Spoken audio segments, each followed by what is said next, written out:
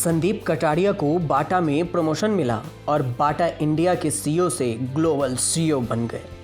Company के 126 साल के इतिहास में यह पहला मौका है जब किसी भारतीय को ग्लोबल ऑपरेशन की कमान सौंपी गई। वह एलेक्सिस नसार्ड का स्थान लेंगे जो 5 साल पद पर रहने के बाद हट रहे हैं।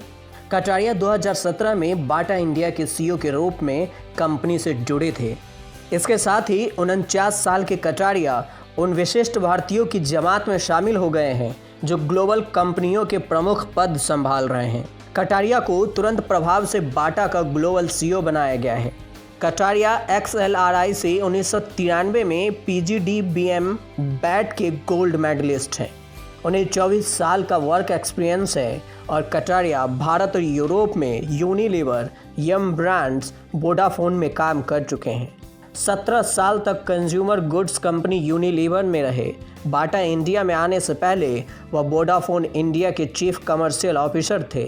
साल 2019 में इंडिया रीजन के प्रेसिडेंट बनाए गए। कटारिया की लीडरशिप में बाटा इंडिया का मुनाफा डबल हो गया। टॉप लाइन ग्रोथ भी डबल डिजिट्स में रही। उन्होंने बाटा को नए क्लेवर और फ्लेवर में पेश करके युवाओं को अपनी तरफ आकर्षित किया।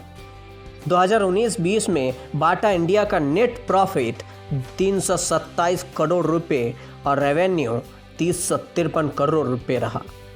बता दें कि बाटा अंतर्राष्ट्रीय जूता कंपनी है। स्विट्जरलैंड की जूता कंपनी बाटा के लिए भारत टॉप मार्केट है। कंपनी का गठन 1894 में किया गया था और इसका मुख्यालय लुसानो में है।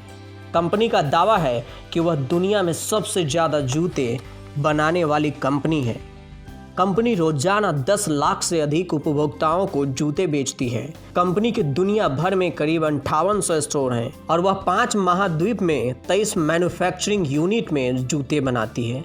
बाटा का कारोबार 70 से अधिक देशों में फैला है और उनके कर्मचारियों की संख्या करीब 3500 से भी ज़्यादा है। तो अब ऐसे कंपनी के ग्लोबल सीईओ संदीप कटारिया के हाथों में यह कमान सौंपा गया है और बड़े ही बेहद जिम्मेदारी दी गई है कि कटारिया और भी दमकता चमकता सितारों की तरह अपना नाम देश विदेशों में भी रोशन करेंगे। न्यूज़ तक ब्यूरो।